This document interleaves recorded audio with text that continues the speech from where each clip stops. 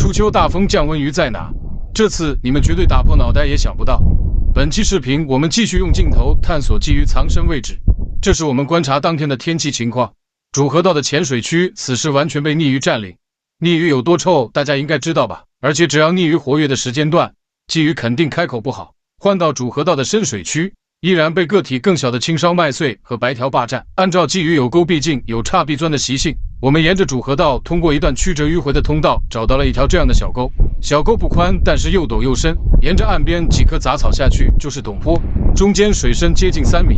我们在这狗都看不上的位置投下饵料。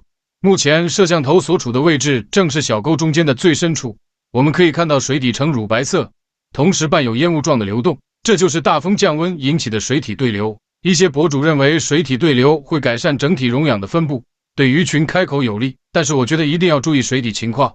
像这种泥质水底就会有很大的翻坑风险，就是因为水体的对流会导致水底的有毒物质大量释放。目前画面中的情况正是如此，小沟中间的位置既没鱼下底也没鱼路过。现在开始，我们缓慢拖动镜头，一直拖到水面，来看一下小沟里到底有没有目标鱼。目标鱼具体又是什么状态，分布在哪里？大家注意拖动期间光线的变化，这代表着水深的改变。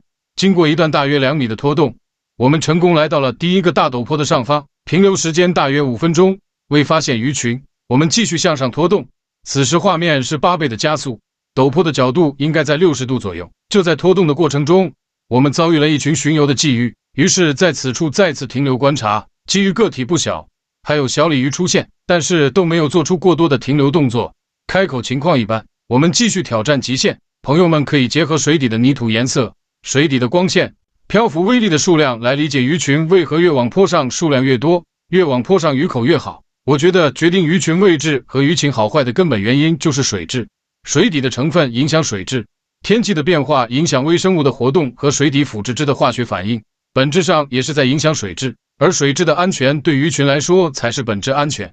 是鱼群在所有安全条件中最优先考虑也是本能性考虑的因素。接下来是从距离岸边半米到距离岸边5公分的水下画面，水深变化范围大概是 1.2 米到30公分，能够考虑到并且敢于在这种位置做钓的钓友，基本上已经是野钓界的翘楚了。这需要对野钓有着极高的认知和极为丰富的经验。稍后是离岸5公分的画面，咱们就不再讲解。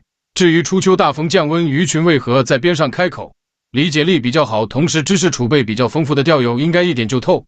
本期视频是一个开放性的选位提示，也是一种逻辑上的4驱博弈选择实践，还可能是一个全场没口唯独你一人连杆的机遇。知识改变钓技，你所学过的东西总会在某一时刻帮到你。感谢点赞关注，下期我们再见。